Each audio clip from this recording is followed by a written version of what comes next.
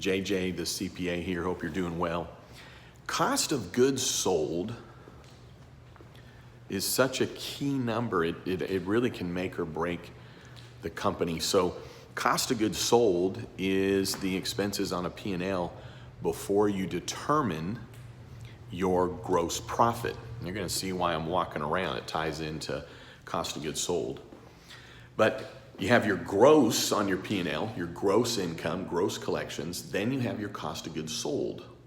And then you have gross profit. And then you have your fixed costs. And then you have your net income. Now we talked about variable expenses. That's in essence what cost of goods sold are. But cost of goods,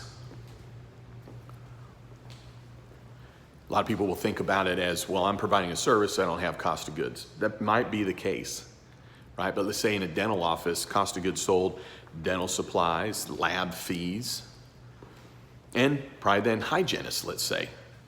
Cost of goods sold is the direct cost, but it is also that cost that you're going to incur that the more you sell, the more you're going to have. But think of this. What expenses do you have, though, that drive, okay, or provide the value to what you're selling?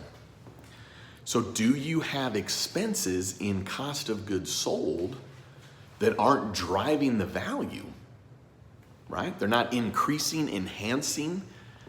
What would those things be? Well, a lot of times, it's postage, it's freight. It's, well, do we really need to pay the salesman that percentage? Or do we need another salesperson? Right? Because you could have maybe not enough of cost of goods sold. So I want you to think about the value of your cost of goods sold.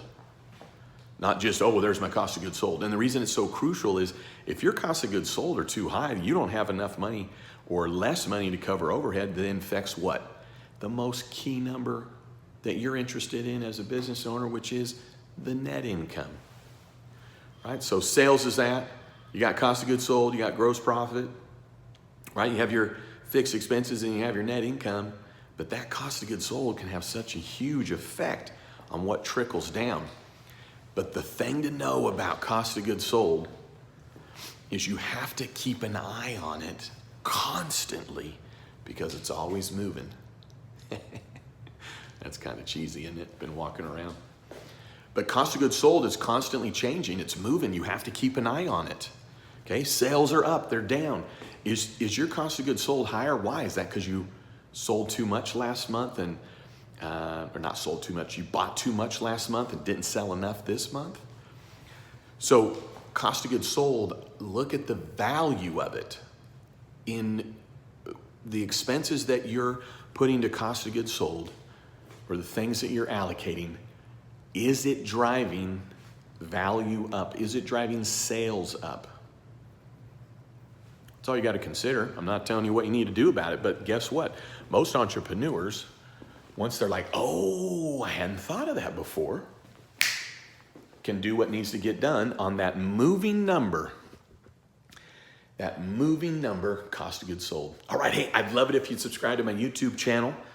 And this is just breaking down the simplicity of one number at a time. JJ the CPA, out.